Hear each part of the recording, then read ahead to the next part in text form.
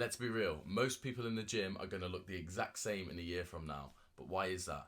It's not just down to one thing. So in this video, I'm going to break down all the reasons why people fail to make progress in the gym and how you can avoid these. So before I even get into the mistakes, the first thing I want you to do, and what I get my clients to do, is to write down a list of the top 5 reasons to why you want to get into shape. And actually write it down as well. So write it down on a piece of paper, stick it to your wall or your mirror or somewhere you're going to see it every day. And what this will do is, when your motivation dips, and it will after a couple months, it will remind you of the reason why you started, and it will help you hold yourself accountable. Now, once you've gotten that list written down, you've already set yourself apart from the majority of people, which is great.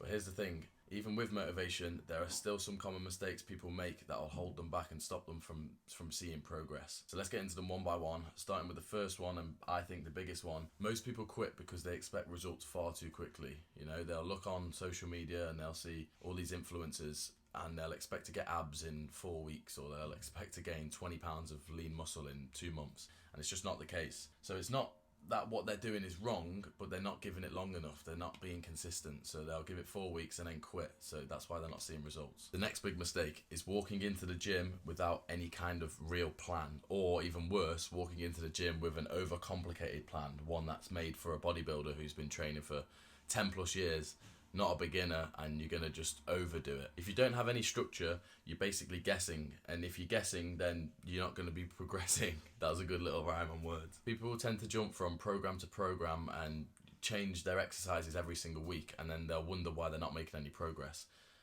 The best thing for you to do is to find a simple plan, something that you can actually stick to so you can be consistent. You know, you're not going to go for a week and then stop for a week. You're going to stay consistent with it and just focus on getting stronger and that progressive overload that I talk about in every video. Focus on adding weights or reps or some sort of progressive overload each week. And if you can stick to this, you'll make great progress.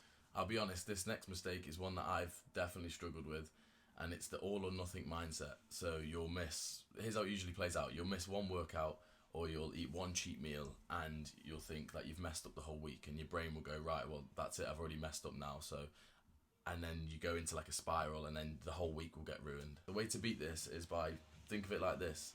So if you hit 80% of all your workouts and your meals, missing one workout out of 4, or having one cheat meal out of the week isn't going to ruin your progress. In fact, you're still going to make amazing progress. Now for me, it's definitely the diet that I struggle with more than the training. It's like once I get a taste for bad food, that's it. Like I can't just have one cookie, I'll have the whole pack. And then once I've had the whole pack, I'll probably go and get a Domino's, or I'll get some other sort of unhealthy food. So a little tip, if you do struggle with the diet side as well, what's worked best for me is to never have anything unhealthy in my house or in the cupboards, because I know that there'll be a time when I'm bored probably, or it's late at night and I got nothing to do, and I'll have a little snack, and then, do you know what I mean? And then I'll just go down that path because I can't stop. So the best thing for me is to not keep anything in the house. Or another thing is to actually introduce structured cheat meals into your routine, so you have something to look forward to. Say on Friday night, you know you can have a Domino's within your calories or whatever. This last mistake is a big one, and it's a lack of accountability. So this is what separates the people who stay consistent to the people who will slowly drift off. So when things get hard, and they will, a lot of people will forget the reason why they started the gym. The motivation that initially got them into the gym fades, you know, life gets busy, and they just stop showing up to the gym.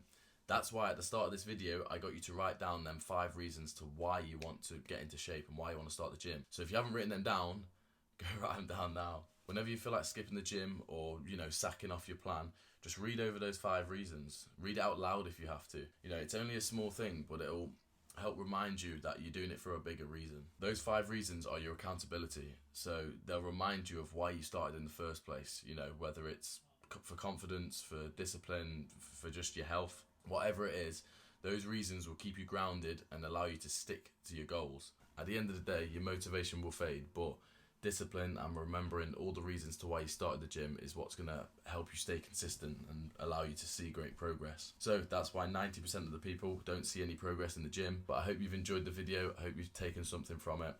Please leave a like and a comment, and I'll see you in the next one.